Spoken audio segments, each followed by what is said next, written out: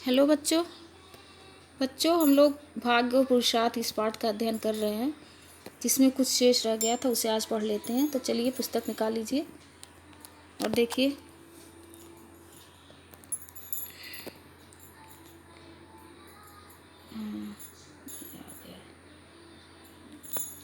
यहाँ से देखिए, भाग्य के प्रति अभ्यंतर में समर्पित होकर पुरुष जो भी पुरुषार्थ करता है, वह उसे उत्तरोत्तर मुक्त और समग्र ही करता जाता है। भाग्य के प्रति अवज्ञा रखना अपने से शेष के प्रति अवज्ञाशील होने के बराबर है। इसे बुद्धि के प्रमाद का ही लक्षण मानना चाहिए। तो बच्चों, यहाँ पर लेखक का विचार है कि जो व्यक्ति भाग्य के प्रति अभ्यंतर मतलब आंतरिक रूप से, हृदय से समर्पित होकर परिश्रम करता है या पुरुषार्थ करता है, तो वह हमेशा ही उत्तरोत्तर मुक्त यानी अपने अहंकार से मुक्त हो जाता है और समग्र ही करता जाता है। का मतलब है सफलता को प्राप्त करता जाता है। यानी जो व्यक्ति भाग्य के प्रति आंतरिक रूप से समर्पित होकर पुरुषार्थ या परिश्रम करता है, वह निरंतर अपने अहंकारों से मुक्त होता जाता है और सफलता की ओर अग्रसर होता जाता है। और जो व्यक्ति भाग्य के प्रति अवज्ञा रखते हैं, भाग्य को अर्थात ईश्वर को नहीं मानते, उसमें विश्वास नहीं करते हैं, वह मानो संपूर्ण सत्ता, संपूर्ण जो ब्रह्म है, सत्ता है, उस मानो उसकी अवहेलना करते हैं, उसका उल्लंघन करते हैं। और यह ऐसा क्यों करते हैं? बुद्धि के प्रमाद के कारण। मतलब जो अपने आप को बहुत बुद्धिमान समझता है और उसे बुद्धिमान होने का, ज्ञानी होने का एक तरह से नशा हो जाता है, प्रमाद हो जाता है, वही ऐसा करता है।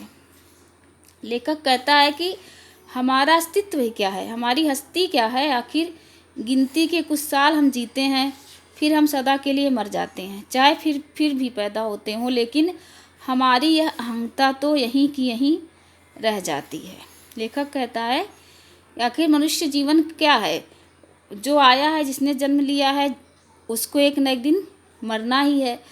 तो हमें जब तक हम जीवित रहते हैं, तब तक हमें इस प्रकार से रहना चाहिए ताकि हमारे मरने के बाद भी लोग हमें याद करें। लेकिन लोग अहंकार में डूब करके इस बात को भुला देते हैं और हमारे जो अहंकार है वो यहीं धरा रह जाता है। तो क्यों ना इस अहंकार को त्याग करके हम भाग्य के प्रति समर्पित हों। और हमारे मरने से इस संसार में कुछ भी जो है कम ज़्यादा या परिवर्तित नहीं होता ना। हमारी मृत्यु हो जाती, उससे इस संसार के अस्तित्व में कोई कमी नहीं आती। यह संसार और ये पृथ्वी अनवरत इसी प्रकार से चलती रहती है, सृष्टि इसी प्रकार से चलती रहती है। तब इससे बड़ी मूर्खता दूसरी क्या होगी कि हम अपने कतिपय वर्षों के 3.5 हाथ के सीमित अस्तित्व को सब कुछ मान लें और उस कारण बाकी त्रिकाल त्रिलोक को अमान्य ठहरा दें।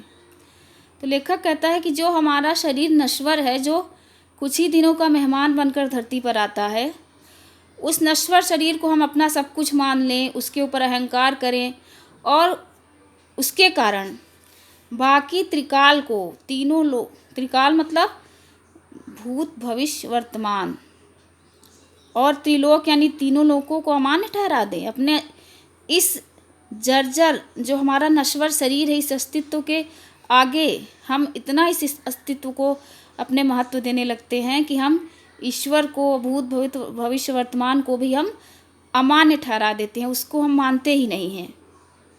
भाग्य को ना मानना, इस तरह उस सब कुछ को ना मानना है जो सचमुच सीमाहीन भाव से है। सीमाहीन कौन है? सीमाहीन अनंत यानी ईश्वर ना। तो हम भाग्य अर्थात ईश्वर को अगर नहीं मान रहे हैं, तो मानो हम उस ईश्वर को नहीं मान रहे हैं। भाग्य को ना मानना ईश्वर में विश्वास ना करने के बराबर है। अगर हम भाग्य को नहीं मानते, तो इसका मतलब ये है कि हम ईश्वर में विश्वास नहीं रखते हैं। सच पूछिए तो उदय उसी का है और हमारे पुरुषार्थ के भीतर से उसी का निहित अर्थ पूरा हो रहा है। उस भाग्य को प्रणत भाव से स्वीकार करने में मैं अपने पुरुषार्थ के परमार्थ को ही स्वीकार करता हूँ, उस अर्थ को किसी भी अर्थ में और तनिक भी मंद नहीं करता। तो लेखक कह रहा है कि सच पूछिए तो उदय उसी का है, यानी उदय तो ईश्वर का ही है। अगर हमारा भाग्योदय होता है तो मानो उसमें ईश्वर की ही कृपा होती है। तो हमारे पुरुषार्थ करने से यदि हमारा भाग्य साथ देता है तो मानो वो ईश्वर हमारा साथ दे रहा है, हमारे ऊपर ईश्वर की कृपा मौजूद है। तो इसलिए उस भाग्य को प्रणत भाव से, प्रणत मतलब विनम्र भाव से हमें स्वीकार करना चाहिए और अपने पुरुषार्थ को ऐसा करना चाहिए जो परमार्थ में काम आए।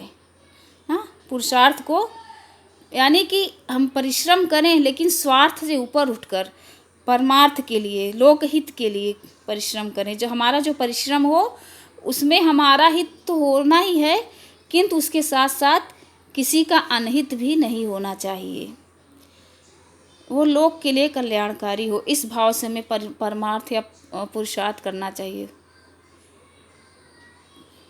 आगे देखिए बच्चों, यहाँ से पढ़ना है इच्छाएं नाना हैं और नानाविध हैं और वे उसे प्रवृत्त रखती हैं। उस प्रवृत्ति से वह रह रहकर थक जाता है और निवृत्ति चाहता है। यह प्रवृत्ति और निवृत्ति का चक्र उसको द्वंद्व से थका मारता है।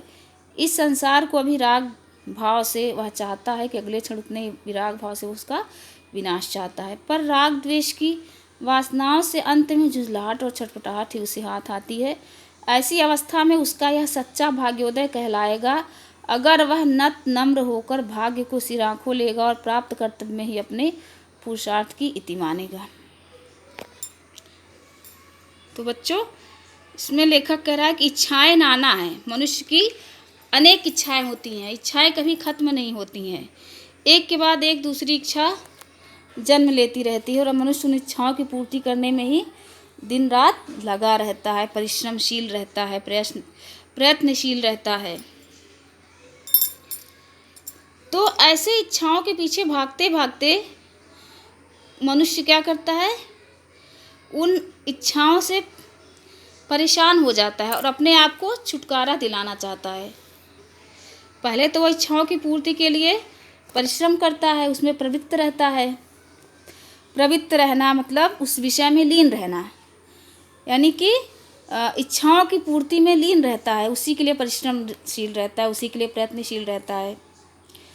किंतु बहुत अधिक इसी प्रकार से इस जाल में फंस करके वह एक दिन अपने आप को बहुत ही परेशान, उलझा हुआ, छटपटाता हुआ महसूस करता है और वह चाहता है कि इन इच्छाओं से उसे मुक्ति मिले, इन इच्छाओं के चक्र से उसे मुक्ति मिले और फिर वह इस संसार से निवृत्त होना चाहता है, मुक्ति चाहता है कि इच्छाओं से मुक्ति मिल जाए। निवृत्ति का मतलब मुक्ति या त्यागना, तो वह इससे फिर निवृत्ति चाहता है।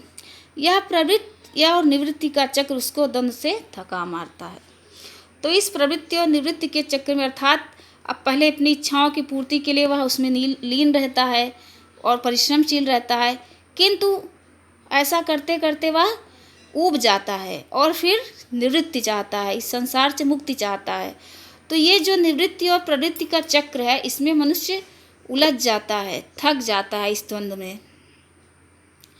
इस संसार को भी राग भाव से वह चाहता है कि अगले क्षण उतने ही विराग भाव से वह उसका विनाश चाहता है। यानी मनुष्य जब इच्छाओं की पूर्ति में लगा रहता है तब तो वह इस संसार के प्रति बहुत ही प्रेम उसी के मन में रहता है। राग मतलब प्रेम भाव रहता है, अपने जीवन के प्रति प्रेम भाव रहता है, इच्छाओं को पूर्ति करने में लगा रहता है।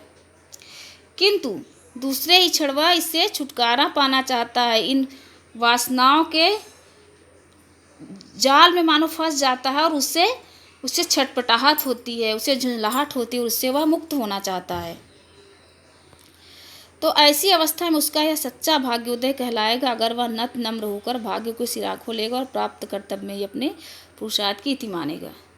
तो जब मनुष्य इस प्रकार से वासनाओं में फंसा रहता है, उनसे छुटकारा पाना चाहता है, उस जाल से मुक्त होना चाहता है, तो ऐसी स्थिति में उसे क्या करना चाहिए? ऐसी स्थिति में यदि वह भाग्य अथवा विधाता के साथ को स्वयं के साथ जोड़ ले, विधाता से अपने आप को जोड़ ले या भाग्य से अपने आप को जोड़ ले और तत्पश्चात वह अपने कर्तव्य में लीन रहे, पुरुषार्थ में लीन रहे, तो इस प्रकार से उसका भाग्योदय निश्चित ही होगा।